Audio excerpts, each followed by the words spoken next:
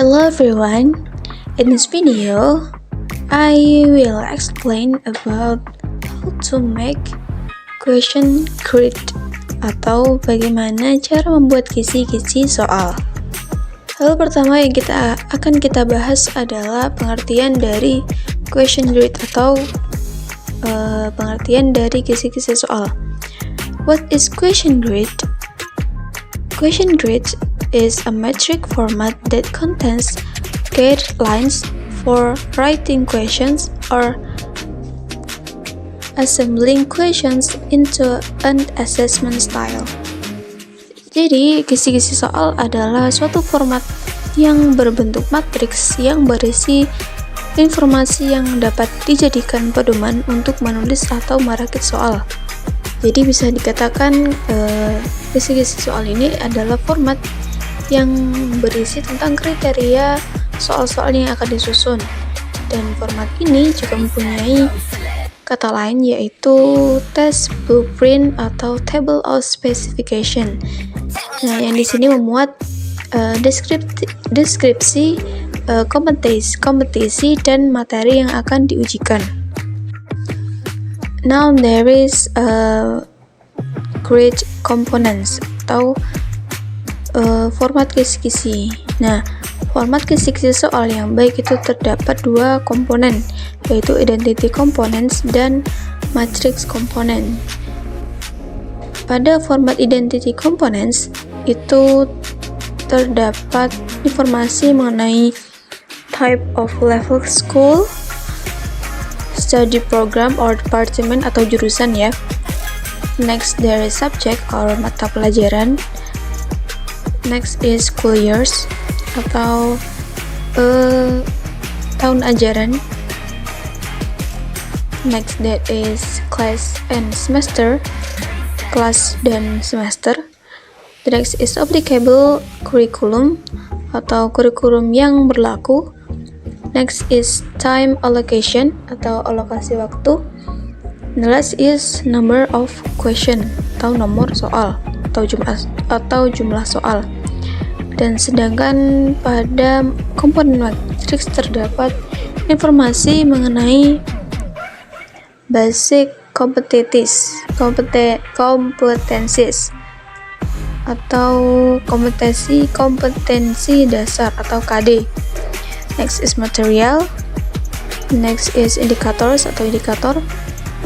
Next is cognitive level atau level kognitif.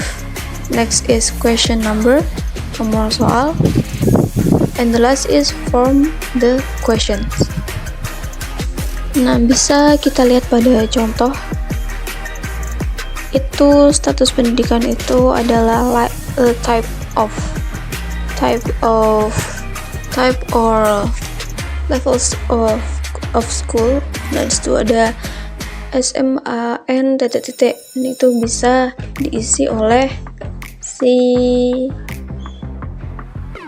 penilai atau yang membuat kisi-kisi soal. The next is subject atau mata pelajaran. Di situ mata pelajarannya bahasa Inggris. Kelas dan semester. Alokasi waktu kurikulum. Di situ kurikulumnya adalah kurikulum 2013 atau kurikulum 13. Nah, selanjutnya ada jumlah soal. Nah, di situ terdapat berapa soal yang akan diujikan. Nah, itu termasuk identity component atau komponen identitas. Nah, itu yang di kotak merah itu adalah identity component. Sedangkan di yang berkotak hijau itu adalah matrix component yang berisi tentang KD, materi, indikator, level kognitif, bentuk soal, dan nomor soal. Nah, selanjutnya kita masuk pada langkah-langkah bagaimana penyusunan kisi-kisi soal. How to preparation of the question grid. Langkah yang pertama adalah determine the basic competencies to be measured. Jadi menentukan KD atau kompetensi dasar yang akan diukur. Nah, guru atau si penyusun kisi-kisi soal itu harus mengetahui KD atau kompetensi dasar yang akan diukur sebagai bahan penilaian. Nah, KD ini mengacu pada kemampuan minimal yang harus dikuasai oleh peserta didik setelah mempelajari materi yang sudah disampaikan oleh guru di kelas. Nah, hal ini bisa disesuaikan dengan kurikulum yang berlaku. Nah, bisa kita lihat pada kolom yang sudah diberi tanda kuning, itu adalah KD yang sudah ditentukan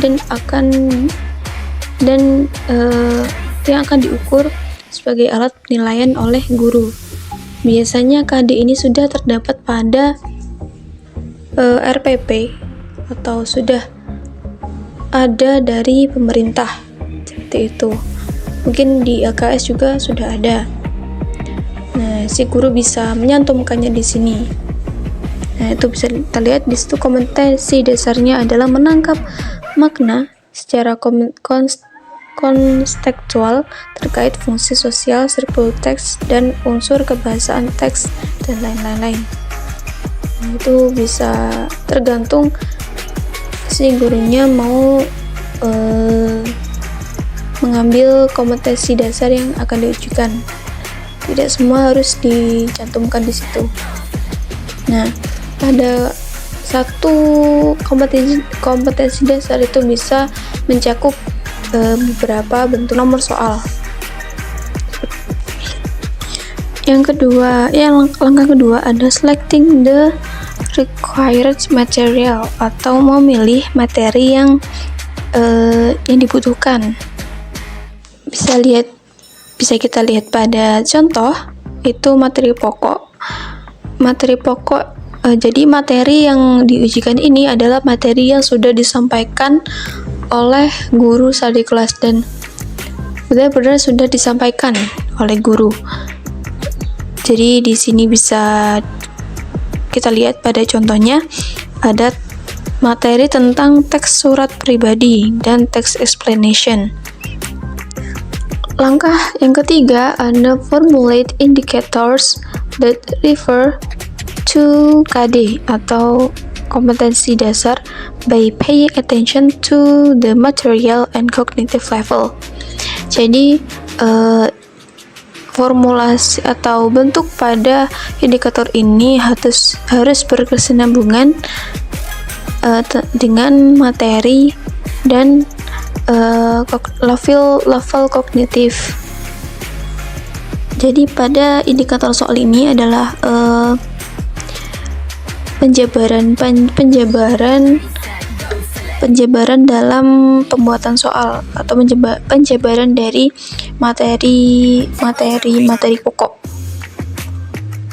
Nah, seumpamanya pada materi teks surat pribadi, di situ indikatornya siswa dapat memahami gagasan utama surat pribadi dan menentukan makna tersurat dalam sebuah bacaan, menyimpulkan isi bacaan dari surat pribadi. Nah, bisa lihat pada contoh. Nah, sedangkan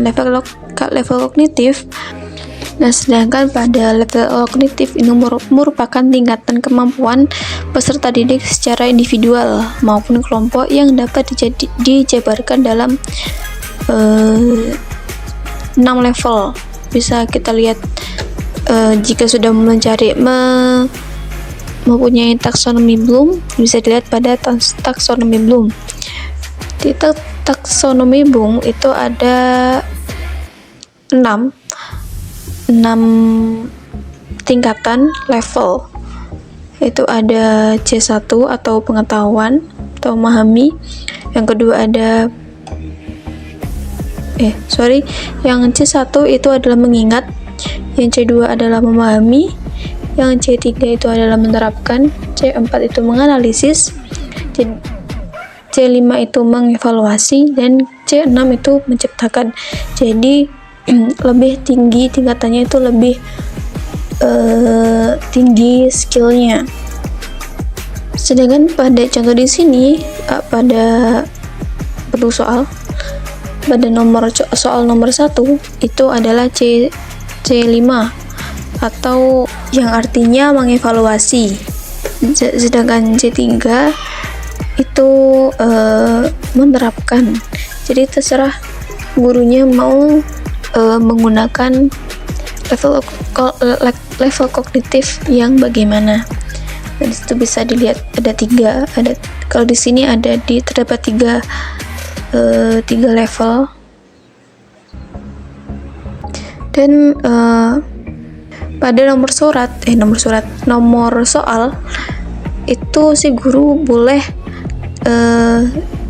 secara acak memilih nomor soalnya ya. Bisa lihat kita pada contoh pada materi pokok, di situ ada 5 soal, itu urut. Bisa dilihat pada bentuk soal. Nomor 1 itu urut. Nah, sedangkan pada materi text explanation itu mulai dari angka nomor soal 25. Jadi di situ tidak selalu urut, tidak harus urut, tergantung si guru menyusunnya seperti itu. Nah, sekian penjelasan dari saya. If there are many mistakes, I will apologize to you all, and see you.